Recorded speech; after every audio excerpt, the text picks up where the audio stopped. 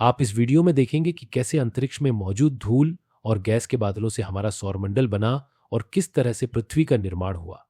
धूल के बादलों, उल्कापिंडों और रेडियोएक्टिव पदार्थों के दबाव और गर्मी के कारण सूर्य का जन्म हुआ। इस वक्त आप आराम से बैठकर इस वीडियो को देख रहे हैं, मगर मैं आपको कहूं, आज जिस जगह पर आप अभी बैठे हो वह जमी आज से करोड़ों साल पहले 8,500 डिग्री के तापमान से उबर रही थी, या जिस जगह पर आप बैठे हैं वो लाखों सालों तक बर्फ से ढकी हुई थी। यह दोनों बातें सच हैं। इस 15 मिनट की वीडियो के अंदर आप अब पृथ्वी के 450 करोड़ साल के सफर को देखने वाले हैं कि जिस जगह आज हमारा सौरमंडल है वो विभिन्न प्रकार की गैस और धूल के बादल हुआ करते थे। वैज्ञानिकों के मुताबिक है, इधर धूल के बादलों से दूर एक तारा हुआ करता था। वक्त के साथ साथ उसे तारे की ऊर्जा कम होने लगी, जिसके कारण उसके अंदर एक विशाल विस्फोट हुआ। विस्फोट की वजह से अंतरिक्ष की धूल एक दूसरे से दबाने लगी। इस दौरान बादलों में स्थित धूल के कण दबाव और गर्मी के कारण बड़े उल्का पिंड और पत्थरों में परिवर्तित हो चुके थे, और इसी दबाव की वजह से इन बादलों में स्थित रेडियोएक्टिव पदार्थ नहीं ग्रेविटी का निर्माण किया। इस ग्रेविटी के कारण बीच में हाइड्रोजन और हीलियम इकट्ठा होने लगे। बीच यौवन का दबाव के कारण एक विशाल विस्फोट हुआ, और इस विस्फोट के कारण हमारे सूरज का जन्म हुआ था। अंतरिक्ष में फैले क्षुद्र ग्रहों के भारी वजन के कारण वे सूर्य के करीब आकर उसकी परिक्रमा करने लगे। इस प्रक्रिया के दौरान अंततः एक बड़े टकराव हुआ, जिसके परिणामस्वरूप बुध, शुक्र, पृथ्वी और मंगल जैसे ग्रहों का निर्माण हुआ। वैज्ञानिकों के अनुसार उस समय पृथ्वी और मंगल के बीच एक और ग्रह था जो सूर्य की परिक्रमा किया करता था। पृथ्वी पर गुरुत्वाकर्षण बल होने की वजह से सूर्य की परिक्रमा करने वाले कुछ क्षुद्र ग्रह पृथ्वी की परिक्रमा करने लगे, और धीरे धीरे करोड़ों वर्षों तक ये पृथ्वी पर गिरते रहे। ऐसी ही घटनाएं हमारे पड़ोसी ग्रहों पर भी हुई, जैसे मंगल। इन भयंकर टकरावों के कारण पृथ्वी के कुछ हिस्से कणों के रूप में अंतरिक्ष में फैल गए और एक रिंग के रूप में पृथ्वी की परिक्रमा करने लगे। इन परिक्रमा करते कणों में टकराव में होने लगा, जिससे हमारे चंद्रमा का निर्माण हुआ। उस वक्त पृथ्वी पर केवल एक ही महासागर था, और वह था जो 1958 डिग्री सेल्सियस के तापमान पर उबल रहा था। उसी दौरान वे सभी चीजें बन रही थी जिन्हें आप आज अलग अलग नामों से जानते हैं। समय के साथ पृथ्वी धीरे धीरे ठंडी हो रही थी, जिसके कारण भारी तत्व जैसे धातु और रेडियोधर्मी पदार्थ पृथ्वी के केंद्र में जाकर इकट्ठा हो गए, और हल्के तत्व पृथ्वी की सतह पर आ गए। लाखों वर्षों तक पृथ्वी पर उल्कापिंडों की बरसात होती रही, और इन गिरते उल्कापिंडों में नमक, खनिज और पानी भी जमा थे।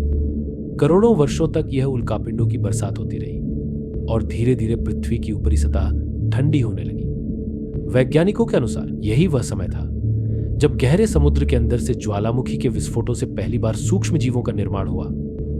लाखों वर्षों बाद एक ऐसा समय आया जब पृथ्वी की सतह पूरी तरह से पानी से ढक चुकी थी।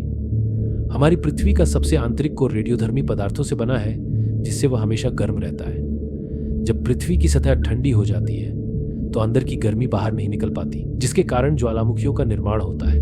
उस वक्त भी कुछ ऐसा ही हुआ, और पानी से ढकी हुई पृथ्वी पर हजारों की संख्या में ज्वालामुखी फटने लगे। आने वाले लाखों सालों तक इन ज्वालामुखियों का सक्रिय रहना जारी रहा, जिससे पानी के ऊपर जमीन का निर्माण हो रहा था।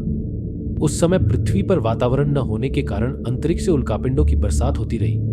लगभग 300 करोड़ साल पहले एक ऐसा समय आया जब पृथ्वी का वातावरण स्थिर होने लगा था। ज्वालामुखी विस्फोट धीरे धीरे कम हो गए थे, और पृथ्वी का एक दिन लगभग 18 घंटे का हुआ करता था। समय बीतता गया, और धीरे धीरे सूक्ष्म जीव विकसित होते गए और समूहों में रहने लगे।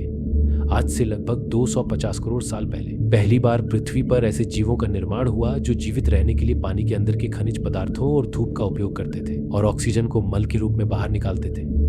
इस समय तक अधिकांश ज्वालामुखी शांत हो चुके थे, और इन माइक्रोबैक्टीरिया की वजह से वातावरण में ऑक्सीजन की मात्रा बढ़ने लगी थी।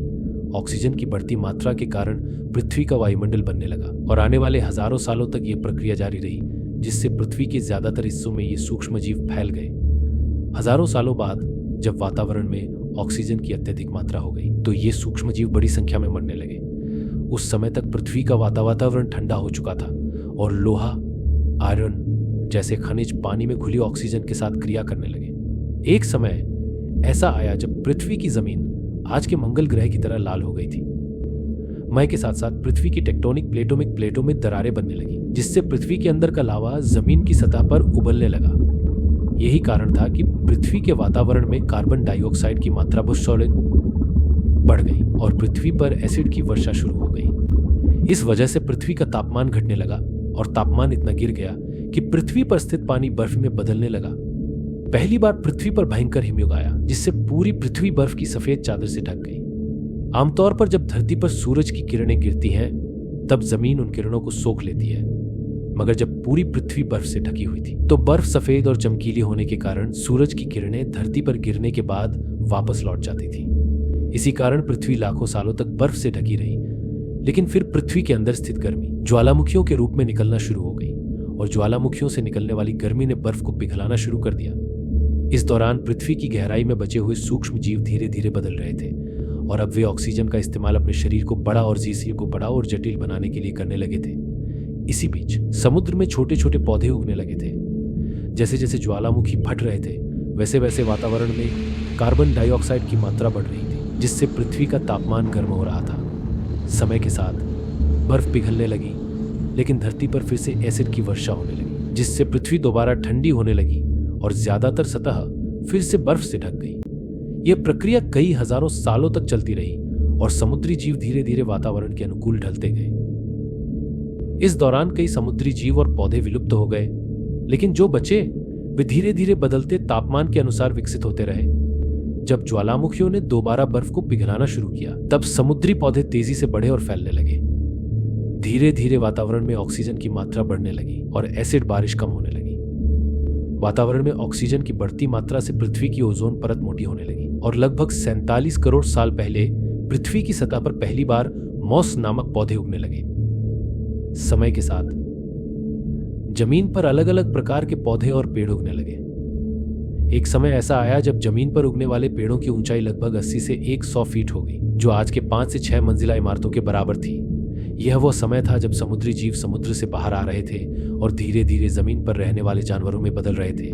इस समय पृथ्वी की ज्यादातर जमीन एक जगह इकट्ठी हो चुकी थी, जिसे हम आज पैंजिया महाद्वीप के नाम से जानते हैं। पृथ्वी का वातावरण और थावरण और तापमान लगभग स्थिर हो गया था और दिन का समय 21 से 23 घंटे का हो चुका था। समुद्री जीव अब पानी से बाहर रहने लगे थे और वातावरण के हिसाब से उनके शरीर का रंग रूप बदलने लगा। धीरे धीरे ये जमीनी जीव डायनासोर में बदल गए। डायनासोर विशालकाय पेड़ पौधे खाते थे और बड़े आकार के थे। उनके शिकारियों ने तेजी से विकसित होकर छोटे और तेज जीवों का रूप ले लिया। जैसे जैसे पैंजिया महाद्वीप विभाजित हुआ, अधिकतर भूमि पानी के संपर्क में आई, जिससे पृथ्वी पर हरियाली बढ़ती गई। इसका परिणाम यह हुआ कि डायनासोर और भी अधिक विकसित और विशाल होते गए। डायनासोर ने लगभग 23 से 40 करोड़ सालों तक पृथ्वी पर राज किया। उस समय डायनासोर समुद्र, जमीन और आसमान सब पर राज करते थे। इस दौरान अफ्रीका महाद्वीप टूटा और भारत आज के तिब्बत से टकराया, जिससे हिमालय का निर्माण हुआ। लगभग 7 करोड़ साल पहले एक विशाल उल्कापिंड, जो माउंट एवरेस्ट से भी बड़ा था, पृथ्वी की तरफ 96,000 किलोमीटर प्रति घंटे की गति से आ रहा था। जब वह पृथ्वी से टकराया तो उसकी ऊर्जा आज के 10 करोड़ परमाणु बमों के बराबर थी। जहां ये उल्कापिंड गिरा, वहां के जानवर और पेड़ तुरंत भाप बनकर उड़ गए। उल्कापिंड गिरते ही पृथ्वी के वातावरण में धूल और हानिकारक गैस फैल गई। समुद्र में भयंकर बाढ़ आ गई और भूकंप से पृथ्वी हिलने लगी। कुछ ही घंटों में पृथ्वी का वातावरण जहरीली गैस और धूल से भर गया, जिससे डायनासोर पूरी तरह विलुप्त सर्पीय। उस समय हमारे पूर्वज जमीन के अंदर रहते थे, जिससे वे इस महाविनाश से बच गए। वातावरण में धूल के कारण पृथ्वी अंधेरे में डूब गई, जिससे धूप भी जमीन तक नहीं पहुंच सकी और पेड़ पौधे और ज्यादातर जानवर विलुप्त हो गए। वातावरण में धूल और जहरीली गैस के कारण पृथ्वी पर फिर से एसिड की बारिश शुरू हो गई और पृथ्वी ठंडी होकर बर्फ से ढक गई। लेकिन इस बार बर्फ लाखों सालों तक जमा नहीं रही और 80 से 100,000 साल बाद पिघलने लगी। जैसे ही वातावरण फिर से सामान्य होने लगा, छोटे छोटे जीव जमीन से बाहर आने लगे। अफ्रीका में स्थित ठंडे जंगलों में रहने वाले जमीनी जीव धीरे धीरे वे बंदरों में बदलने लगे। लेकिन जैसे जैसे पृथ्वी गर्म होने लगी, अफ्रीका के जंगल सूखने लगे। जंगल में खाने की कमी के कारण बंदरों ने अपने पैरों पर चलना शुरू कर दिया, ताकि वे दूर दूर तक भोजन की तलाश कर सके और दूसरे जानवरों का शिकार कर सके। धीरे धीरे ये बंदर एप्स यानी वानर बन गए और पृथ्वी के अलग अलग हिस्सों में फैलने लगे। उनका शरीर वहां के वातावरण के अनुसार बदलता गया। समय के साथ हम आदिवासी बने। हमने हथियार बनाए, धर्म, परिवार, भाषा और संस्कृति का विकास किया। समय के साथ हम विकसित होते चले गए और आज हम पृथ्वी की सबसे विकसित प्रजाति बन चुके हैं। तो दोस्तों, यह थी हमारी धरती के 500 करोड़ सालों की रोमांचक यात्रा। कैसे एक जमीनी जीव से हम इंसान बने। और कैसे पृथ्वी ने तमाम तबाही और बदलावों का सामना किया। लेकिन क्या यह सफर यहीं खत्म हो गया है? क्या पृथ्वी फिर से एक बड़े परिवर्तन की तरफ बढ़ रही है? विज्ञान और इतिहास हमें बताते हैं कि भविष्य में कुछ अनहोनी जरूर हो सकती है, पर कैसी होगी वह अनहोनी? क्या हम उसका सामना कर पाएंगे या फिर एक और प्रलय का हिस्सा बन जाएंगे? इसका जवाब तो समय ही देगा। अगर आपको ये वीडियो पसंद आई हो तो लाइक और सब्सक्राइब जरूर करें, क्योंकि स्टोरी डायमेंशन पर हम आपको लेकर चलते हैं समय और विज्ञान के उन रहस्यों की ओर, जहां हर कदम एक नई कहानी बुनता है। अगली वीडियो में हम जानेंगे पृथ्वी के भविष्य के कुछ रोमांचक और चौंकाने वाले पहलुओं को। तब तक के लिए जुड़े रहिए और तैयार रहिए एक नई अनदेखी दुनिया के लिए, क्योंकि ये है स्टोरी डायमेंशन। धन्यवाद।